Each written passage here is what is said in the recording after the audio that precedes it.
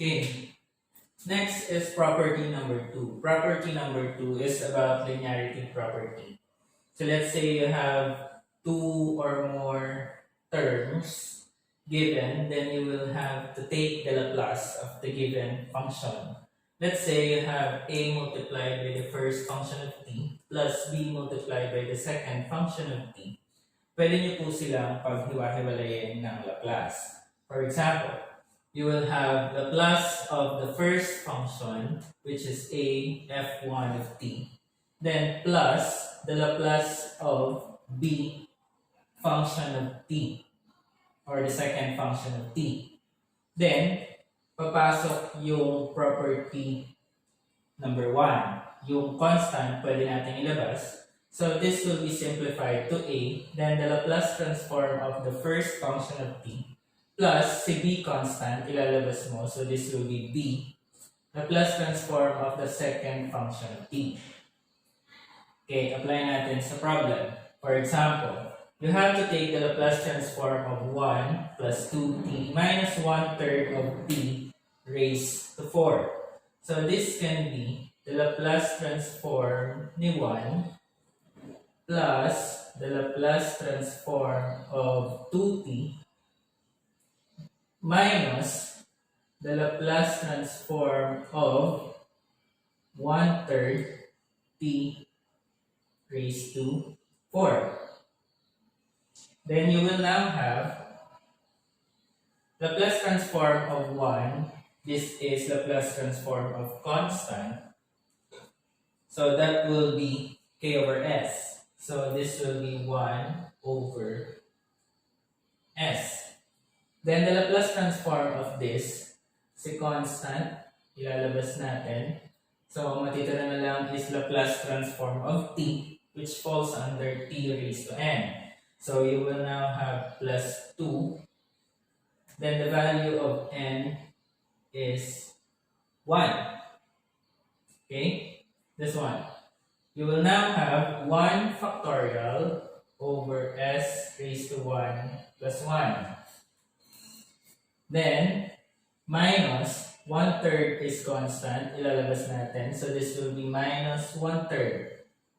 So, matitira na lang is Laplace transform of t raised to 4, which falls under t raised to n. So, the value of n is 4.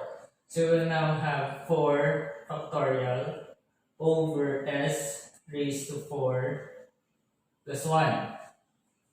So, the answer will be 1 over s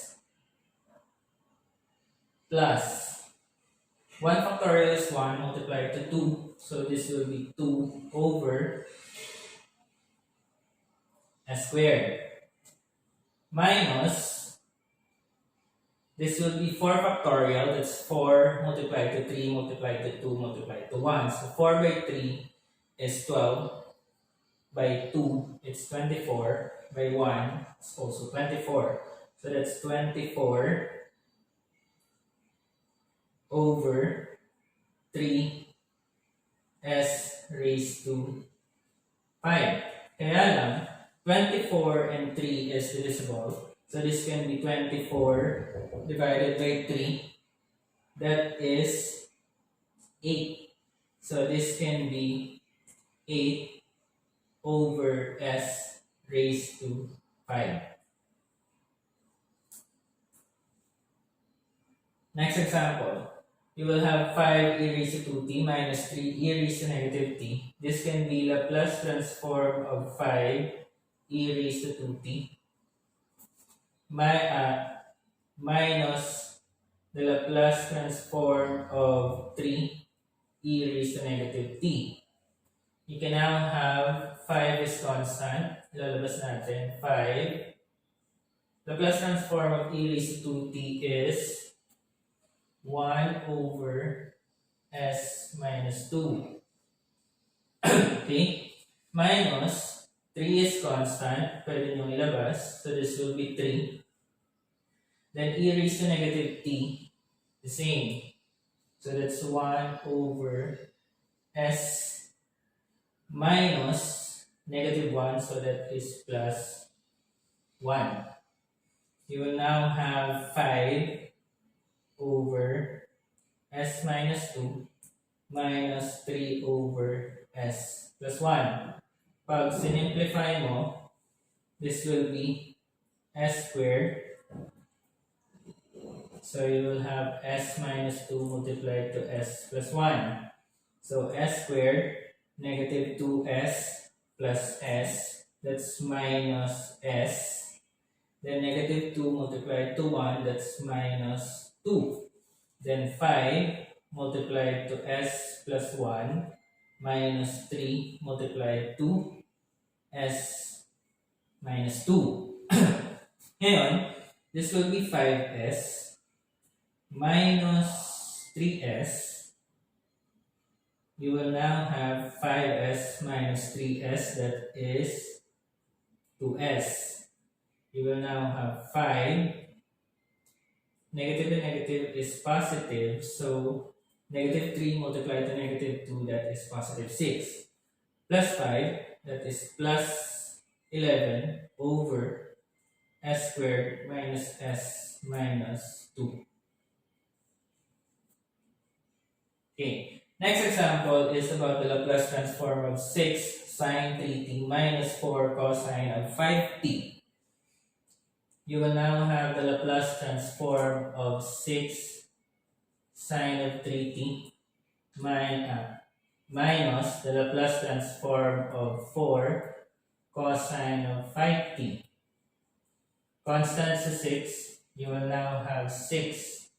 Then the Laplace transform of sine 3t is this one, wherein the value of a is 3. You will now have 3 over s squared plus 3 squared minus 4 is constant, ilalabas natin, so that is 4. Okay, then the Laplace transform of cosine 5t is this one. You will now have s over, wherein the value of a is 5. So you will have s squared plus 5 squared. So the answer here is 18 over s squared plus 9 minus 4s over s squared plus 25. This can be your final answer, or if you want, pwede nyo po siyang i-simplify to make it into one fraction. Naintindihan niyo po?